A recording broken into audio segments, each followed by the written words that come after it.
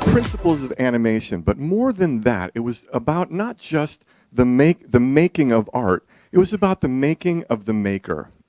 And so I got this lecture, and it made the difference for me between being an amateur and being a pro.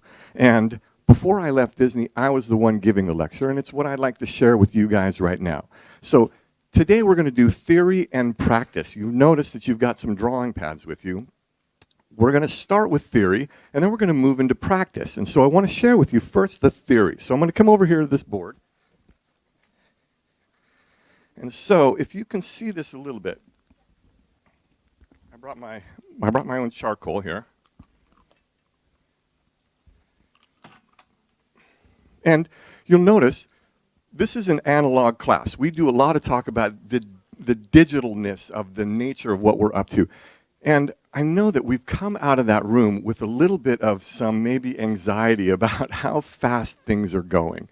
And so I'm an invitation here for you to become a little bit more human, for us to connect more deeply to the human side of exponential change, that we too are capable of holding an exponential mindset in how we develop our own story of who we are and what we do in the world. And so, in order to do that, one of the things that we have to do is redefine a couple of things, like redefine intelligence and redefine what we think of when we think of the creative process. So normally, these are going to be super simple. So if you can kind of, it's not going to be super complicated. All right. So normally it goes like this. We start here with a thought, and here is the thing out there in space somewhere. And the assumption is that we're going to go directly at it. We're going to take this path from thought to thing, and then we get started. And then what happens? Life happens, and we zigzag, and we're out here, and we go, oh my God, I got to course correct, and we course correct, and then we do this, and we finish here out of time and money and influence and enthusiasm and friends, right? Does this seem a little familiar about how we normally approach the, you can nod if that seems familiar. All right, so at Disney, one of the things that they talked about is that could you look at your creative process differently? Could you examine the approach to how you bring a thought into a thing in a different way? And if you did, could you think about it the same way that the universe creates? Could you create with the same thought and energy that pulls the sun through the infinite blackness of space, that drags impossibly small particles through the terrifying densities of the earth? Could you create the same way a cactus grows or a flower blooms? And if you did, you would start here with your thought, and then here's your thing, and you would approach your creativity like this. Like this is how the universe do. Okay? This, to me, when I first saw this, it made all the difference in the world. That could we look at our approach in a non-linear way, but in a way that allowed for an unfolding of the creativity. Now, when you look at it this way, what starts to happen is you are developing practices. When you can think about your creativity this way, you're not hoping that I'm going to make a right move here or that I'm going to luck out on something there. You start to cultivate practices. Now, this was the key moment for me in this talk at Disney, was that what are the practices that we cultivate for mastery? And it's the invitation that I have for you in the process of what you're creating. What practices do you use as you cultivate your path to your own mastery? And so with the artists, we look at 5 different categories of practice. And that is that creators, they practice. Creators, the first thing is that creators believe. They know how to tell a story. They know how to manufacture a system to cause belief. So when creators believe, the second thing is that creators collaborate.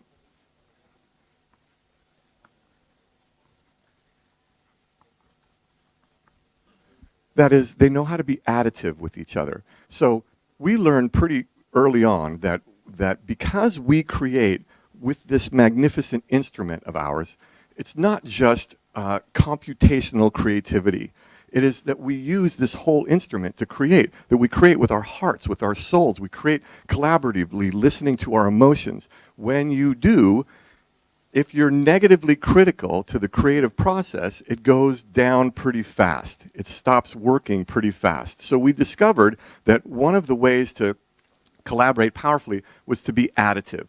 That means that we are in support of the trajectory of the idea, not the ego that brought it. And so at Disney, one of the terms that we used was called plussing. To plus something was to be additive to it, to be able to be in service to the trajectory of that idea, to listen for that idea's breathing, to be able to animate that idea. And so collaboration was a really powerful practice that we cultivated. The next one was risk. That creators risk. Now we risk because we love the risk. But why? Risk is an opportunity for a nonlinear data collection.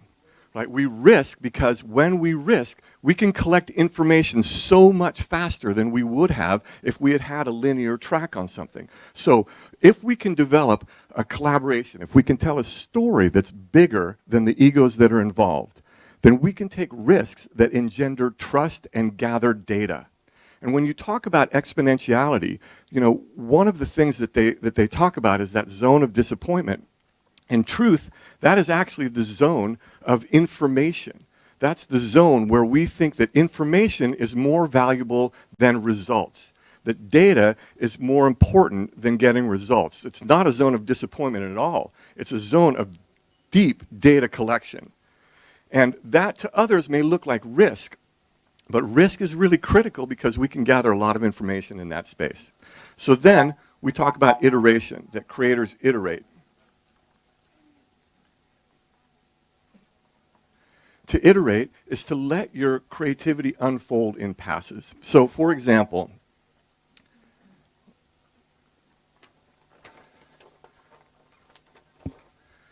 to iterate means that there are passes. What are your passes? How do you know what a pass is? Now this is where this gets interesting for what we're about to do, is that what's a pass? So for example, I might draw a head.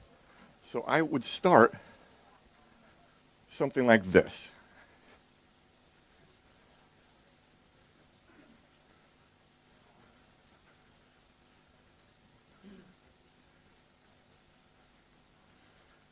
All right, let's say it's like anime a little bit. So let's put some hair out here. All right, so that's my first pass, okay? When I understand what my passes are, then I can start to unfold the passes with some deeper clarity without worrying about the mistakes that happened in the first pass, right? I know I can draw, so I just need to have a structure. So now I come in with my second pass. There's no features, there's no anything there, but I can start to think about what's my next pass going to look like.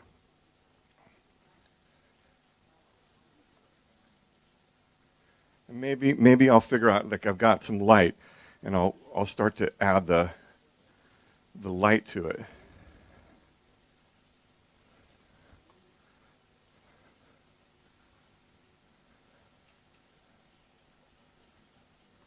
Uh-huh.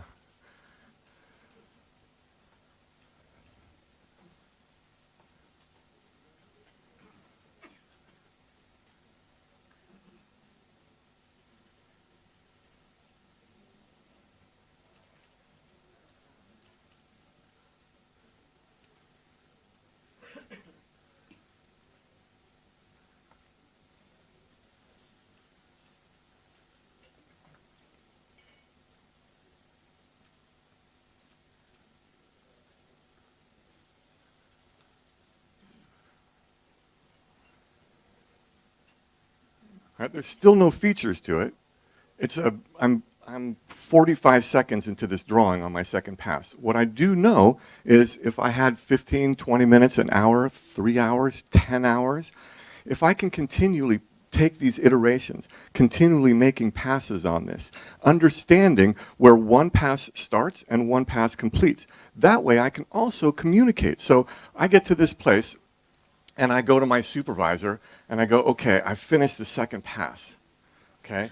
And then she says, all right, cool, well, what are you going to do for your third pass? And then we can talk about it. Instead of me zigzagging on this thing going, oh my God, I can't show my supervisor this, I'm totally lost, right? I can say, hey, I've got a few things to do on this, and let's talk about it. So understanding what my system is for iteration is a really powerful practice for mastery. And then the last practice that artists look for is that they complete.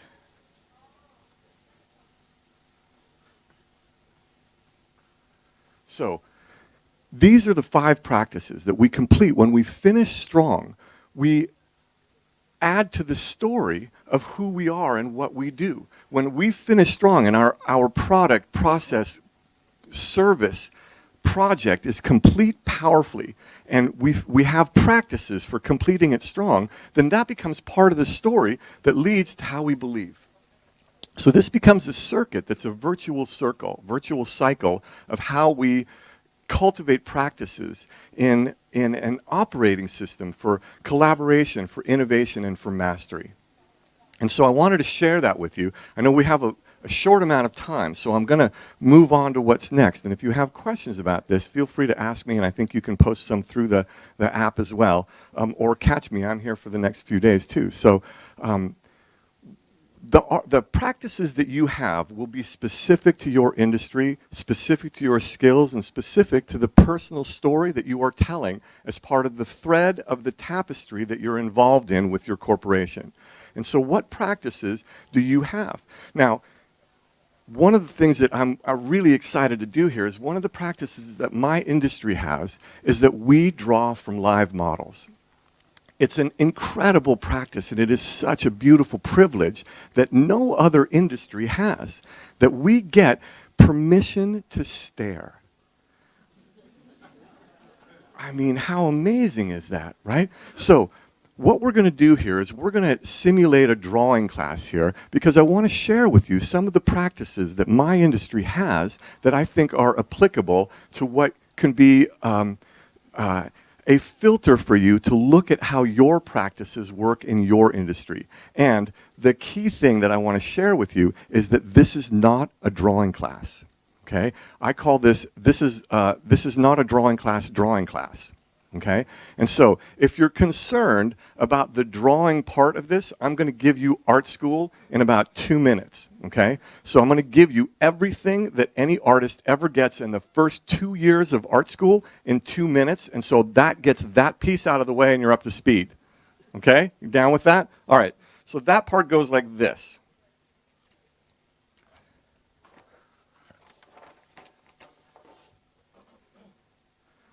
I might come back to that guy or gal. Guy or gal, we're not sure yet. Does that look a little like me even? Huh. All right, so art school in 2 minutes. Timer, please. Here we go. All right, so when we recreate images from real life on some substrate, canvas, paper, any surface, there are 3 things to consider. The first thing is line. The second is value. And the third is color. Okay? Line, value, and color. All right. Line, let's talk a little bit about line. Line has 2 qualities. Line is either straight or it's squiggly. Okay? The other thing about line is that, no, that's it. That's all there is about line. Lines are either straight they're either straight or they're squiggly. That's all you get, right? Now, it's also relative. Like this line is a squiggly line compared to that one, but a relatively straight line compared to this one. So when you're making lines, I want to invite you to think about, are your lines straight or are your lines squiggly? All right? So then there's value. Value is the quality of light and dark to something. So a 10 is black and a 1 is white. The paper is 1, and every mark you make is going to be somewhere between 1 and 10. Now, when we use implements normally, we never think about what I think of as the throttle of the implement that you're using. That when we make a mark, we expect that mark to just be the mark that we make. I would invite you in this next piece to think about that scale between 1 and 10. So this implement is much blacker than the one that you're going to use, but I could make a mark that's super black and then a mark that's fairly light, and I can make this whole range in between. Okay? All of your implements will be able to do this. So when you think about what marks you're making, allow yourself the freedom to be able to make a light mark or a dark mark or be able to find it. And what you'll notice, and this is the thing that I think I want to emphasize, this is not a drawing class. This is a class where there are, when we artists take a drawing class like this, one of the things we get better at is drawing. In the next 30 minutes, you're not going to get better at drawing. But what you will get better at is a sensitivity for, one, connecting your emotion to the mark-making implement. Two, you'll get better at seeing. You'll get better at listening to yourself in the process of making something, of creation. You'll get better at connecting to the other. These are other practices that happen inside of the drawing class, and it's never about the drawing. Those other things, your emotional connection, your ability to listen, to see, to emote, to capture emotion, all of those things are more critical than the drawing. This is cheap paper and cheap pencils. It's an artifact of the experience. I'm more interested in you having an experience than having a drawing. Okay? So think about that when you're using your implement. And then there's color. Color, the last piece of color is that it's either warm or it's cool. So we have some colored pencils. If we have some time, we'll get into the colored pencils. And color is just a matter of warm or cool. Does it feel, and that is an emotional thing. Does it feel warm? Does it feel cool? Okay? All right, so without further ado, was that more than 2 minutes? That was about 3 minutes. All right. So without further ado, I would love, this is also what is so neat about a drawing class, is that you just never know what kind of model is going to show up. And today we have such an incredible privilege. If we could have our model come in, can you look at this? I mean, let's have a hand for this. Wow. This is beautiful. Yes. Right, I saw that coming. Beautiful. So here's the thing. We get an opportunity here to stare and look at this beautiful model. This is incredible. And so here's how I want you to do this now. To start, if you could look at this pose. If we could find a pose and you hold a pose. Oh my God, this is amazing.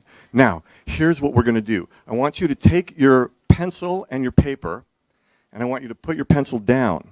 And you're going to open to the first page of your paper, and you're not going to make any marks on it. What you're going to do is you're going to take your thumb, and you're going to just move your thumb along the outside. Start anywhere, a place that's interesting to you. And you're going to move your thumb with the same speed as your eye. And you're just going to, this is drawing, not drawing. This is seeing. How can you see? What are you noticing? Do you know, like maybe then trace across the front of him or the back of him. What are the angles that you can follow? So let's take a couple minutes now and you just notice what you notice as you're just engaging your seeing. Can you feel the weight? What's the story that he's telling?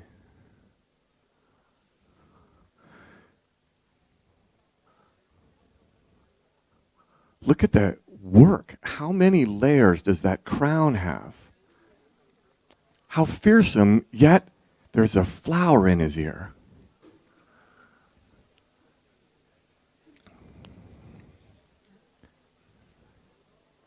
Let yourself sink into that seeing.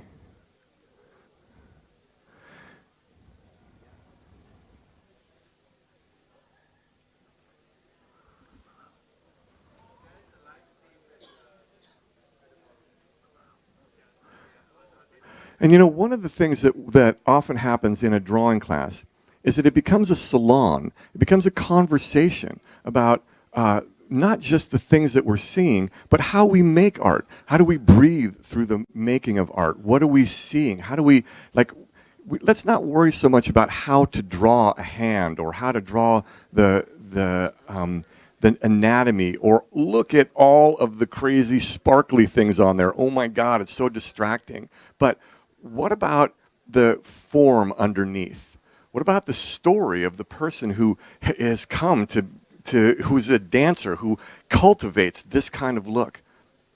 All right? All right, so let's start making marks now. So if you could take another pose, please.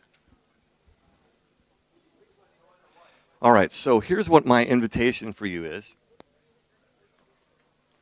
Make sure we're on time here. Excellent. All right, so now we're going to start making marks. But I want you to make marks from an emotional place. So here's how this is going to work. You're going to take the second page. So I want you to flip to the second page and keep the first page on top of it. This is what's called blind contour drawing. So we are not about making a drawing here. We're about making a feeling here. So let me demonstrate. All right, I'm going to go to the second page here underneath my drawing. And I'm not going to look at the paper. I don't need to look at the paper. I'm not interested in what's happening on the paper.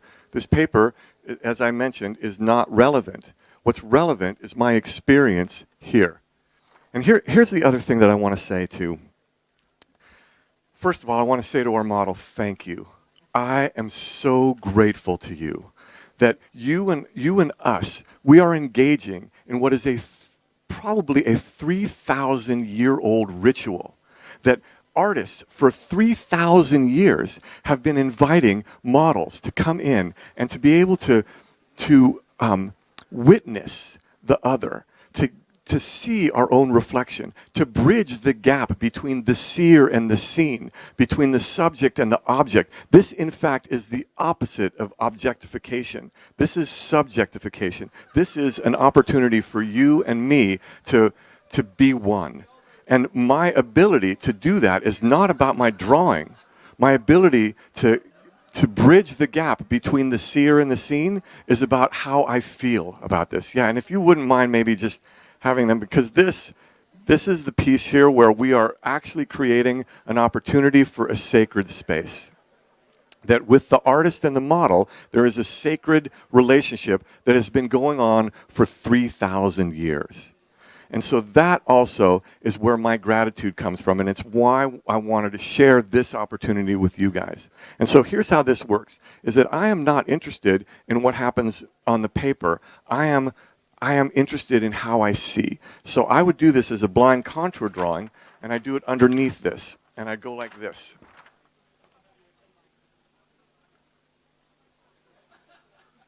So that's beautiful. I'm just gonna, like, across the top of his head, then here's the flower over here. Then this is the bottom. There's an ear that goes out like that. Then the neck, over across.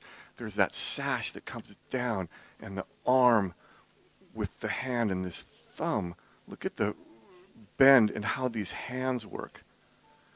And then here's the torso and the leg coming all the way down, and the other leg over here. I'm feeling this pose. I'm not interested in what my drawing looks like. Okay? You want to see what the drawing looks like?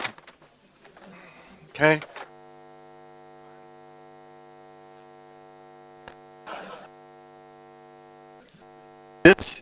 This is not the point of this exercise. The point of this exercise is for you to connect deeply to the feeling here without letting the mark making get in the way. Because when you look at the marks, you're going to go, oh, I haven't drawn for so long, or all of these excuses. Listen to the noise in your head that happens when we approach something that we used to love, that we haven't had the practice for. Okay? But you can practice your ability to see here, and that's what's critical.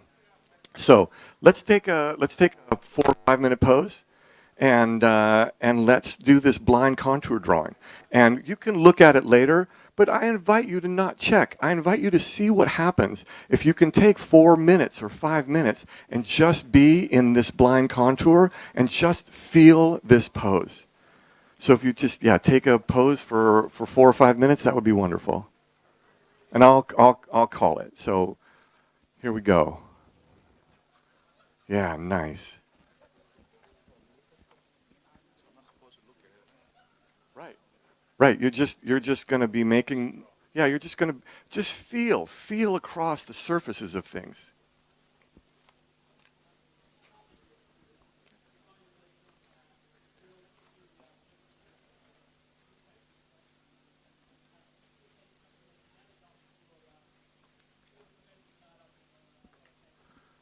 You know, we could have even a little music here, if that's all right.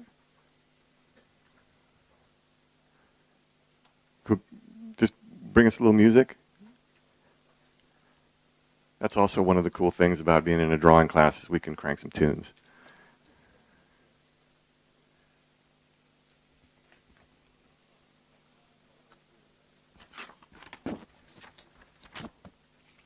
Okay, well then maybe I'll just sing. No, I'll do a song from my new album, Stairway to Heaven. You can sing along if you know the words.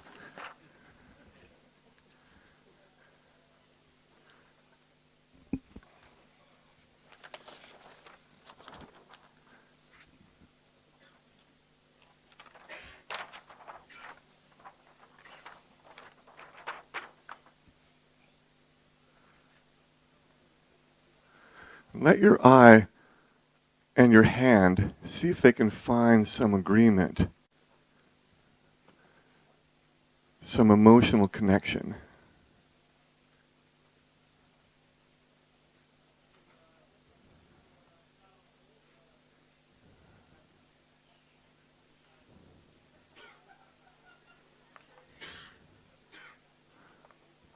Okay, I really am going to sing now. Do we have music? We don't have any music. Darn, you're really going to make me sing. All right. There's a lady who's sure all that glitter. Oh, all right, I'm not going to do that.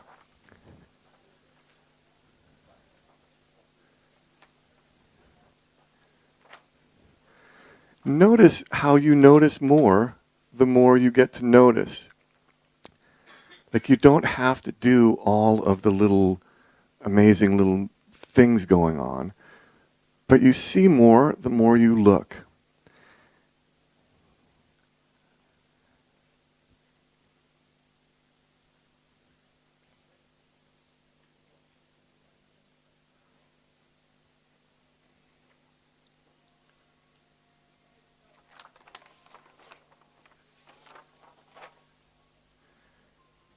Man, if you could have played Led Zeppelin right there, wouldn't that have been awesome?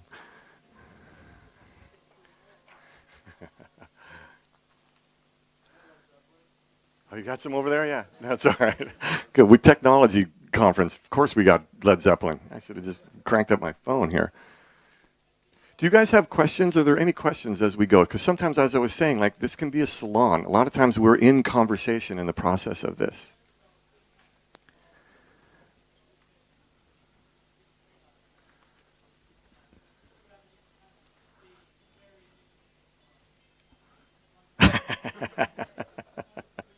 Excellent.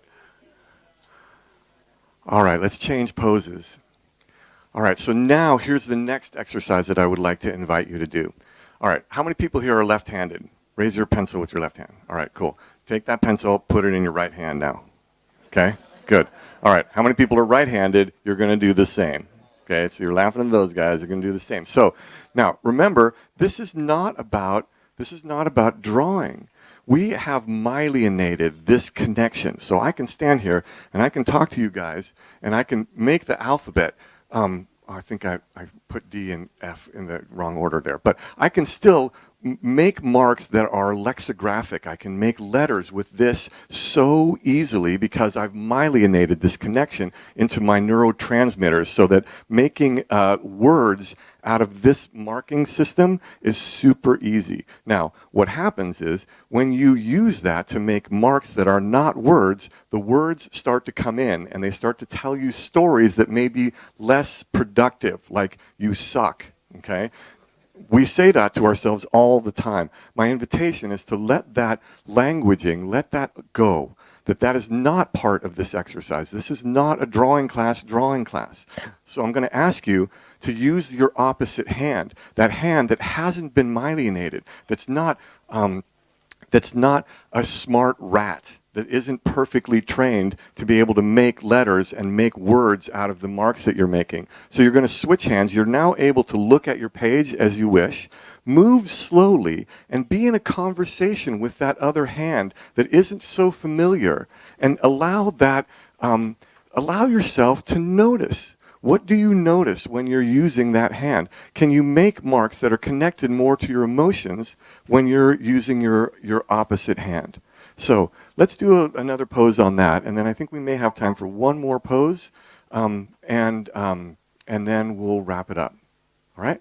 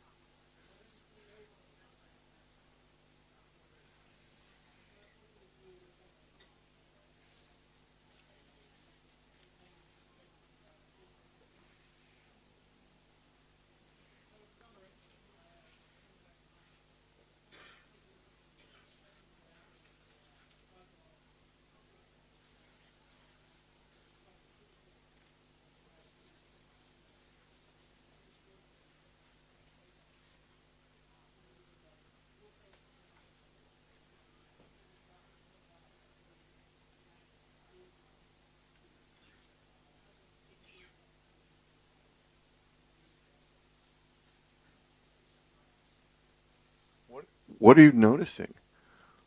What do you notice about your drawing or your voices in your head? And if anybody wants to share, feel free to share.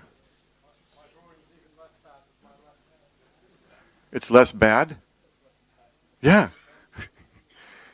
Yeah. I'm doing it too here. I am not left-handed.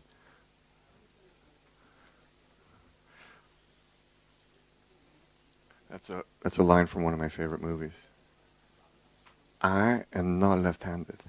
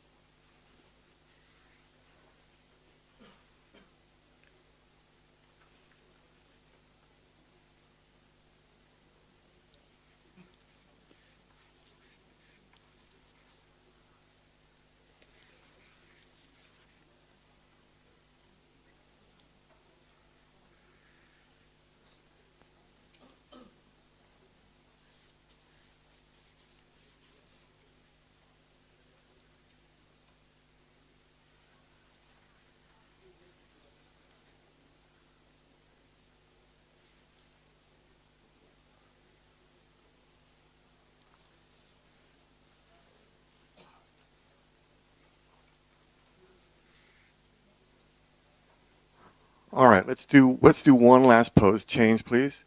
And now, feel free. Start a new page. Use your right hand, the hand you're familiar with. Um, I wonder, that is a beautiful pose. Could we do a standing pose? Just so that the people in the back can see. I love that pose, but if we could do one more standing. All right? And so now you're back to baseline. Okay, now you're back to your normal way of doing things. Can you listen for the things that emerged from those other ways? Move through, like maybe you start by using your thumb, feeling the way the weight goes. Maybe you start by making an emotional line that's more connected than trying to actually draw what you're seeing. And so let's do another about 4-minute pose, and then just go for it. See if you can feel into this pose.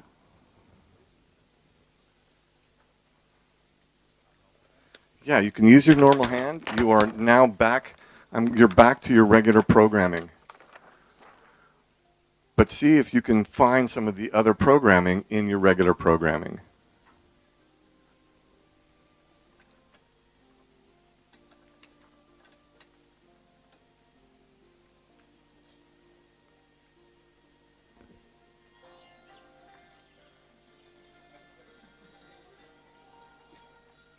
Oh, that's beautiful.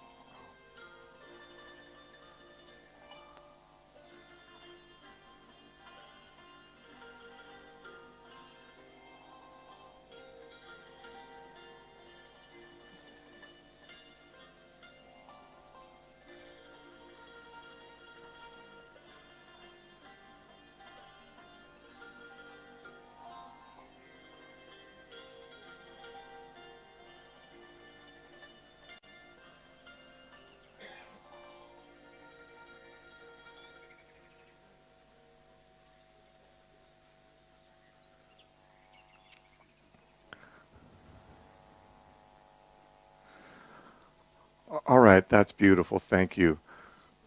All right, so to recap, thank you guys for indulging me in this opportunity to share some notes from the world of artists, to be able to engage in some practices. Here, by the way, this is my drawing from now. So this is what I do. This is my practice. So this is one of the things that I practice. You'll see me around with a sketchbook, and you're invited to keep these sketchbooks if you'd like to continue to draw.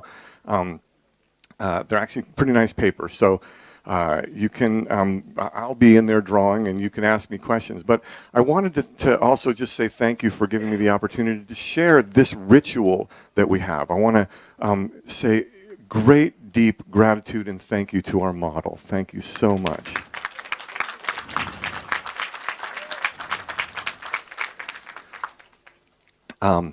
And I want to also, to finish, I want to invite you to think about the practices that you have in your profession. What are the practices that you have that cause you to believe? What stories are you telling of who you are and what you do? What practices you have for deep collaboration so that you can plus each other? What practices do you have for taking risks so that you can engage in more information more rapidly and engender trust in those others that you work with? How do you iterate and phase things up into reality? And then how do you complete, so you complete powerfully, so that the powerful thing that you've brought into the world becomes a deeper part of the story that you're telling of who you are and what you do in the world? And so I want to just say thank you to everybody for indulging all of this. And I think that I'm super excited to see what evolves from this Singularity Thailand Summit. And I think that for now, I want to invite you all to go out and let's go plus this place. Thank you very much.